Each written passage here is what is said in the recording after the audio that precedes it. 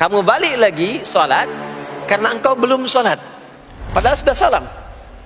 Maka dia melakukan itu sampai 3 kali, sampai dia berkata, ya Rasulullah, ini yang bisa saya kerjakan. Kalau ada yang kurang, alimni, mohon ajarkan saya bagaimana sholat yang sesuai aturan yang benar itu. 10 itu ngitungnya bukan begini, bukan 1, 2, 3, 4, itu terlalu sedikit. Di hadis Muslim, ukuran 1 keduanya 500 tahun, 2 ketiganya 500 tahun, 3 keempatnya 500 tahun. Jadi sekali kita menunaikan sholat 10 nilainya, setiap 10 itu 1 keduanya 500 tahun, 2 ketiganya 500 tahun. Kalau ditunaikan di masjid, ya, ditunaikan di masjid, nanti dapat lagi tambahan pahalanya. Baru masuk datang ke masjid dengan niat sholat. Bismillahirrahmanirrahim. Aqimis sholata, menggunakan kata aqim. Apa itu aqim?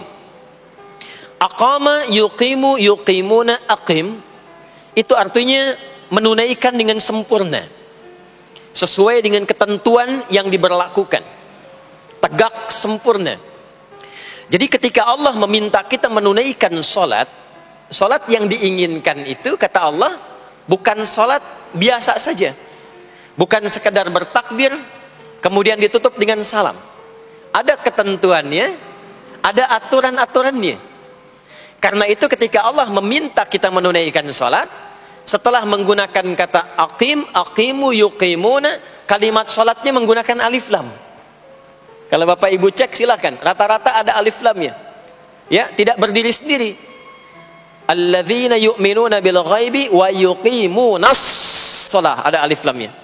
Wa aqimus shalah wa atuz zakah wasta'inu bis sabri was shalah, ada alif lamnya. Nah, alif lam itu diantara fungsinya dalam bahasa Arab, ada yang berfungsi sebagai ta'rif. Ta'rif itu seperti artikel the dalam bahasa Inggris. Ya, car itu banyak di luar, mobil. There are so many cars outside. Itu banyak sekali kendaraan di luar. Tapi kalau kita katakan the car, ya, yang ini bukan yang lain. As-shalah, kenapa menggunakan alif lam? Memberikan kesan yang diinginkan itu salat yang sesuai aturannya, salat yang sesuai dengan ketentuannya. Karena itu di era Nabi SAW, boleh dicatat nanti hadisnya riwayat Muslim, nomor hadis 397, yang meriwayatkan nanti sahabat Abu Hurairah radhiyallahu taala anhu. Pelaku yang mengalami ini namanya Khalad bin Rafi' Az-Zuraiqi. Dikisahkan datang seorang sahabat, ya, Nabi SAW. Kemudian dakhala ila al-Masjid Nabawi, kemudian masuk ke Masjid Nabi, fa shala bi jambin Nabi sallallahu alaihi wasallam. Maka ia salat di samping Nabi sallallahu alaihi wasallam, wan nabiyyu fi nahiyatin ukhra min al-masjid. Sedangkan Nabi di sisi yang lain di masjid itu. Kalau diilustrasikan, dia masuk ke masjid, kemudian Nabi di satu sisi yang lain. Kemudian dia salat. Kemudian ketika dia selesai, falamma sallama yaminan wa shamala, thumma atan nabiyya sallallahu alaihi wasallam. Ketika dia salam ke kanan dan ke kiri, lalu mendatangi Nabi sallallahu alaihi wasallam. Faqala, dia berkata, "Assalamu alayka ya Rasulullah." Ya, "Assalamu alayka ya Rasulullah." Kata Nabi, "Wa alaikassalam wa rahmatullah. Irji' shalli fa innaka lam tusalli." Kata Nabi, "Wa alaikassalam wa rahmatullah." Kamu salat lagi karena engkau belum salat, padahal sudah salam. Fa'ada salatahu, kemudian dia mengulang salatnya. Thumma atan nabiyya, dia datang lagi ke Nabi SAW. Dia berkata, "Assalamu alayka ya Rasulullah." Dijawab dengan jawaban yang sama. Kata Nabi, "Wa alaikassalam wa rahmatullah. Irji' salli fa innaka lam tusalli." Kamu balik lagi salat karena engkau belum salat, padahal sudah salam. Maka dia melakukan itu sampai 3 kali, sampai dia berkata, "Ya Rasulullah, ma uhsinu ghairah." Ya Rasulullah, ini yang bisa saya kerjakan. Kalau ada yang kurang, alimni, mohon ajarkan saya bagaimana sholat yang sesuai aturan yang benar itu. Maka diajarkanlah oleh Nabi bahkan sejak wudu. Idza qumta ila shalah.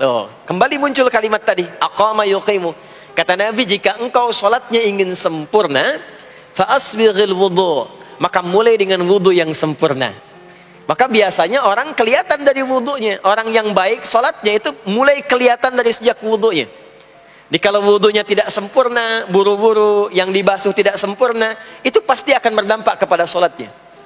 Setelah itu tsumma istaqbilul qiblah, lalu menghadap ke arah kiblat, lalu diajarkanlah oleh Nabi tata cara sholat mulai dari takbir sampai dengan selesai salam.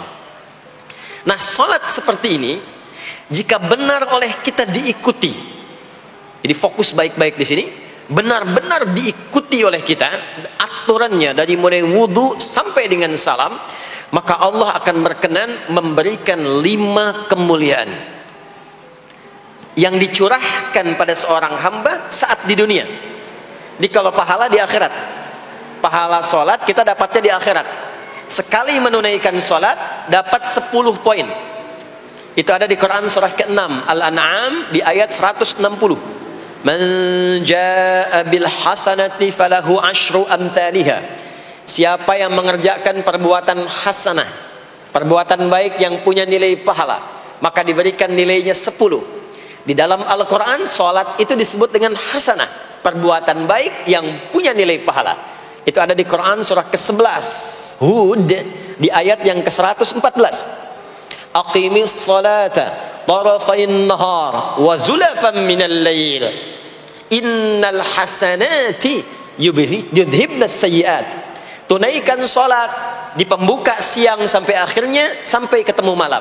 Jadi dari subuh, zuhur, asar, maghrib sampai ke isya. Semua salat itu kata Allah disebut dengan hasanat. Innal hasanat. Hasanat jamak dari hasanah. Jadi salat disebut dengan hasanah. Kalau kita menunaikan sholat di Al-An'am ayat ke-160, maka diberikan poin. Poinnya namanya ajrun. Ya, kita sebut dengan pahala. Pahala itu bahasa Qur'annya ajrun.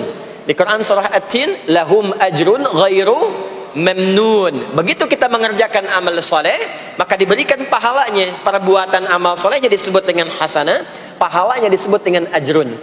10 itu ngitungnya bukan begini, bukan 1, 2, 3, 4, itu terlalu sedikit. Di hadis Muslim, ukuran 1 keduanya 500 tahun, 2 ketiganya 500 tahun, 3 keempatnya 500 tahun.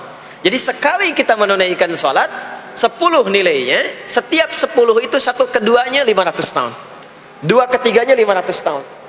Kalau ditunaikan di masjid, ya, ditunaikan di masjid, nanti dapat lagi tambahan pahalanya. Baru masuk datang ke masjid dengan niat sholat, bukan yang lain ya. Kan ada orang yang kadang ke masjid niatnya tidak sempurna ibadah, mungkin janjian ketemu teman, ya, akhi, bro, ketemuan yuk, ya. Di mana? Di Pondok Indah aja, sambil sholat zuhur. Sambil sholat zuhur, jadi sholatnya sambil, ya, nyambi itu, ya. Substansinya mau ketemu kan, agenda intinya ketemuan sambil sholat zuhur. Nah, kalau kita niatkan mutlak untuk ibadah apapun itu, mau sholat, mau baca Quran, mau i'tikaf, itu baru datang, baru menginjakkan masjid, masuk dengan kaki kanan, baru datang, itu sudah dicatatkan 25 kebaikan, belum apa-ngapain. Jarak 1 keduanya tadi 500 tahun, 2 ketiga 500 tahun. Kalau dilakukan sholatnya berjamaah, maka dapat tambahan 27, kalikan 27. Sudah dapat 10, 10 kali 27 berapa tuh? Ya, 270. Setiap satunya kalikan 500 tahun. Maka sholat di masjid itu bukan main-main. Itu kelihatannya nanti 2. Saat sakaratul maut, pahala itu ditampakkan. Jadi pahala itu bukan sekarang. Pahala itu saat kita pulang. Nanti begitu akan meninggal, ditampakkan itu. Ya, pahala yang telah kita kerjakan itu dalam bentuk amal yang diridhoi oleh Allah. Makanya orang-orang yang rajin beramal saleh, ya, hasanahnya banyak, itu hidupnya tenang. Karena dia merasa tenang, jiwanya pun tenang. Ketika pulang pun dia berada dalam ketenangan. Itu yang menjadikan dia kadang senyum. Ada orang yang akan meninggal itu senyum. Ya, sedang baca Quran, ada yang sedang duduk, ada yang sedang ngaji, ada yang sedang sholat. Saking tenangnya, panggilannya pun tenang. Quran surah 89 ayat ke-27 sampai ayat 30. Ya ayyatuhan nafsul mutmainnah, hei jiwa-jiwa yang tenang, irji'i ila rabbiki radiyatan mardiyah, cepat pulang, aku sudah ridha dengan amalmu, engkau pun akan ridha dengan pemberianku. Fadkhuli fi ibadi, masuk golongan hambaku. Ibad itu jama' dari kata abdun. Abdun itu adalah nama bagi hamba yang senantiasa memperbanyak ibadah. Ketika dia ibadah punya hasanat, maka dikonfirmasi saat pulangnya, ditampakkan hasanatnya, ditampakkan hasil pahalanya. Itu yang menjadikan, pernah dengar Sayyidah Asyah, Siti Asyah? Siapa beliau? Istrinya Fir'aun kan? Ya, kan ada kisah viral dalam Al-Quran. Ketika beliau akan dieksekusi oleh Fir'aun, la'natullahi alaih, Fir'aun itu akan mengadab, akan menghukum istrinya sendiri, Sayyidah Asyah. Ketika akan disiksa dan sudah diikat dalam tiang itu, akan disiksa, maka beliau berdoa, Siti Asyah itu, dan doanya diviralkan di Al-Quran. Rabbi bennili indaka baitan fil jannah wa najjini min fir'auna wa amali. Ya Allah, aku telah berislam, mempertahankan akidahku saat ini sampai dengan sekarang.